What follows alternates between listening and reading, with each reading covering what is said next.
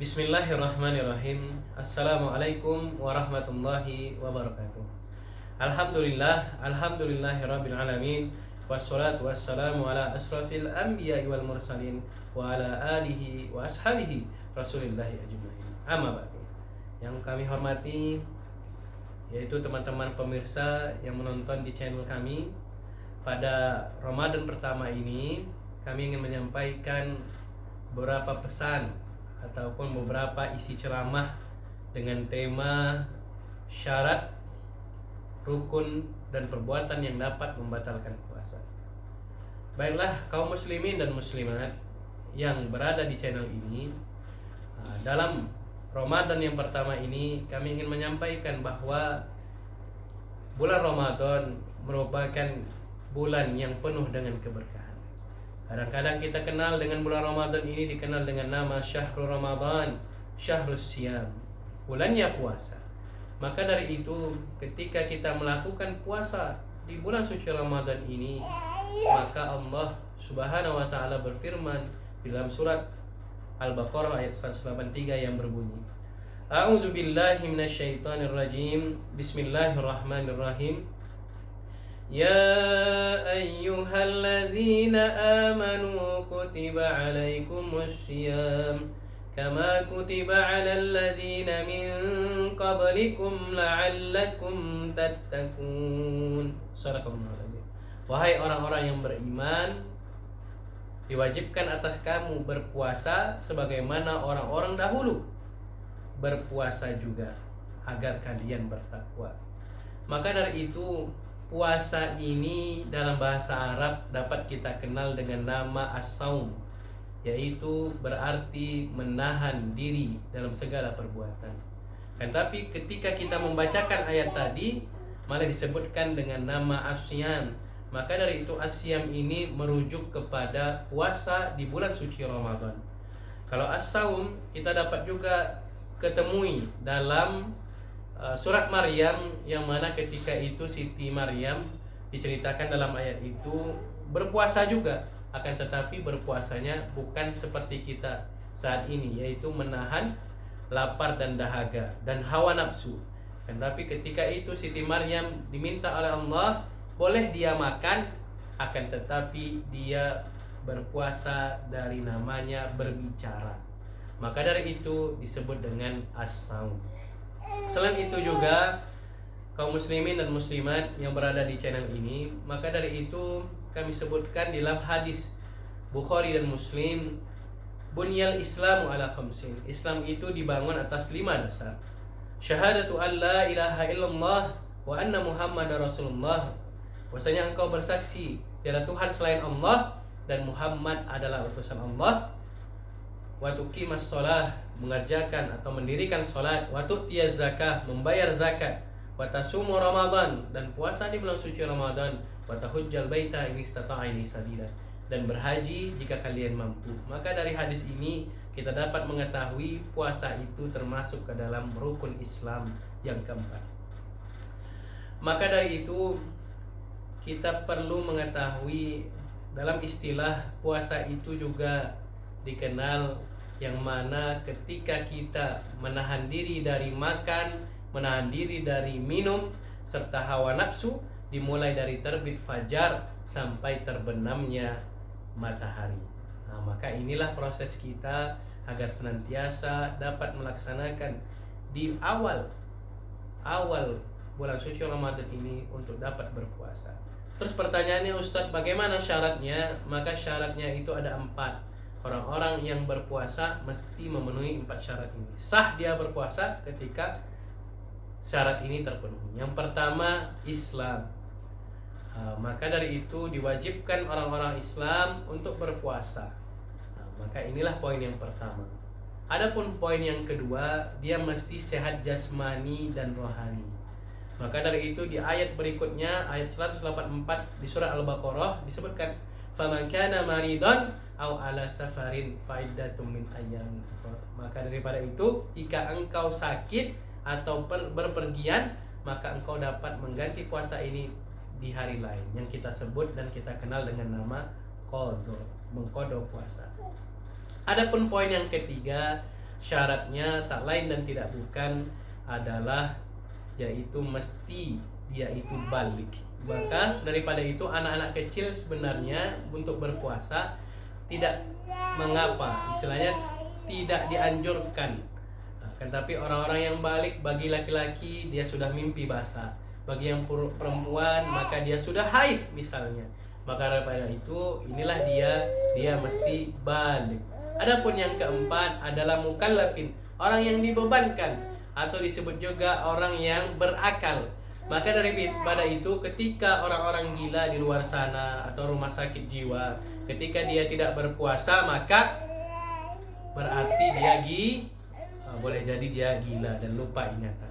Maka dari itu inilah dia selain Islam yang pertama, kedua sehat jasmani dan rohani, yang ketiga balik, yang keempat adalah berakal.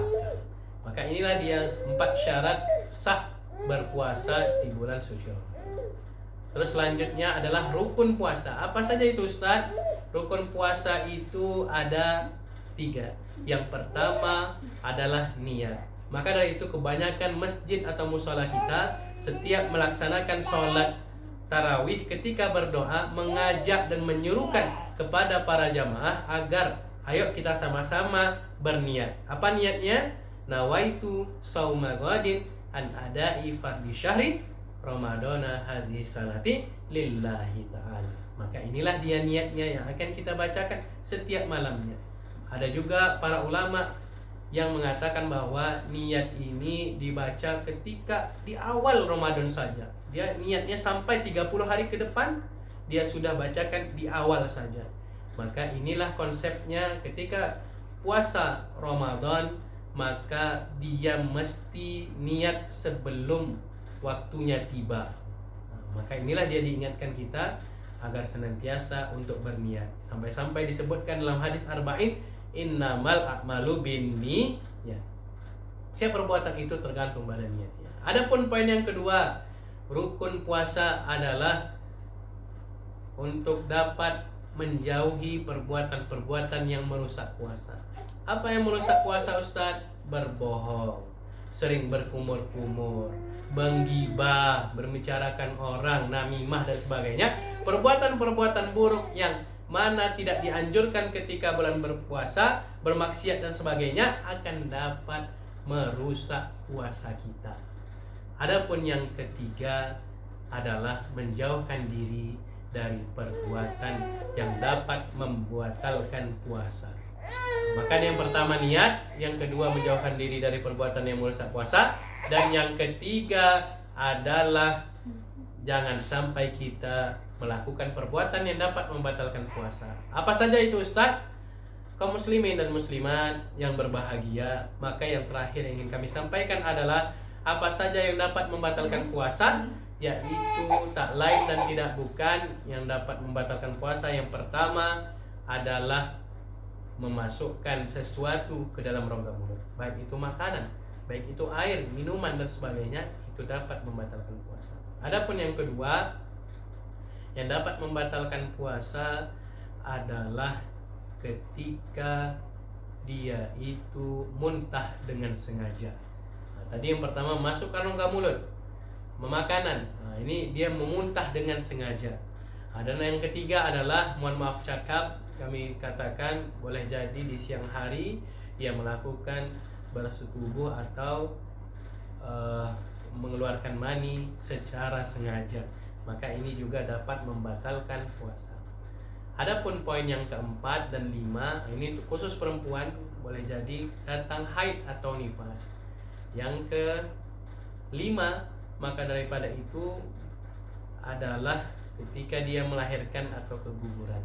Adapun poin yang ke-6, boleh jadi ketika dia mabuk atau lupa ingatan atau menjadi gila, hilang akalnya, maka itu dapat membatalkan puasanya. Dan adapun yang terakhir poin 7 adalah yang membatalkan puasa, yaitu merupakan murtad atau keluar dari Islam, maka dapat juga membatalkan puasa.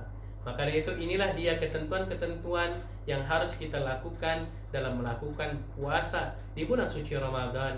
Apalagi kita sekarang baru mulai memasuki puasa yang pertama kita. Maka dari itu marilah kita upayakan agar senantiasa mendapatkan rahmat Allah. Maka dari itu Imam Al-Ghazali menjelaskan ada 3 kelas yang mana orang-orang berpuasa. Yang pertama kelasnya umum, atau kita sebut dengan kelas C misalnya, yaitu orang-orang yang senantiasa berpuasa akan tetapi hanya mendapatkan lapar dan dahaga saja. Matanya tidak dijaga, habis itu telinganya mendengar sesuatu yang tidak baik, semua panca inderanya melakukan sesuatu yang tidak baik. Maka Rasulullah SAW menjelaskan dalam hadisnya yang artinya, betapa banyak umatku yang merugi ketika mereka berpuasa hanya mendapatkan lapar dan dahaga saja. Dan adapun yang kedua kelas khusus, yang mana orang-orang ini sudah dapat menjaga panca inderanya luar biasa sekali, tidak lagi melihat sesuatu yang buruk, tidak mengerjakan amal-amal yang sia-sia, beramal soleh untuk melakukan perbuatan baik. Maka inilah kelas khusus, yaitu kita sebut dengan kelas B. Dan yang terakhir, yang ketiga adalah kelas A, atau kelas khususil khusus, kata Imam Al-Ghazali. Siapa dia? Yaitu panca inderanya sudah tidak diragukan lagi luar biasanya, akan tetapi ketika dia berbuka, maka bukanya dengan sedikit. Kenapa? Tidak terlalu kenyang di perutnya, karena ingin mendapatkan kenikmatan di Qiyamul Lail ketika sholat tarawih. Maka inilah poinnya, ketika kita sudah dapat melawan hawa nafsu kita, jangan sampai nantinya boleh jadi kaum muslimin terlena ketika memberi takjil. Anak-anak kita bilang, "Mak, ayo mak pergi dulu kita beli es doger, mak beli lotek, beli gorengan." Sampai-sampai ketika meja makan semuanya sudah ada rendang, ayam bakar, ayam goreng, tetapi tidak termakan lagi, maka dia menjadi mubazir dan sia-sia. Maka itu hindari dan jadikanlah diri kita serta keluarga kita menjadi kelas A nantinya, yaitu kelas khusus insya Allah. Mungkin itu yang dapat kami sampaikan dengan waktu yang singkat ini. Ini saja yang dapat kita sampaikan. Marilah kita ajak masyarakat kita, keluarga kita tentunya, agar senantiasa di bulan Ramadan kali ini menjadi lebih baik tentunya. Wabillahi taufik wal hidayah. Wassalamualaikum warahmatullahi wabarakatuh.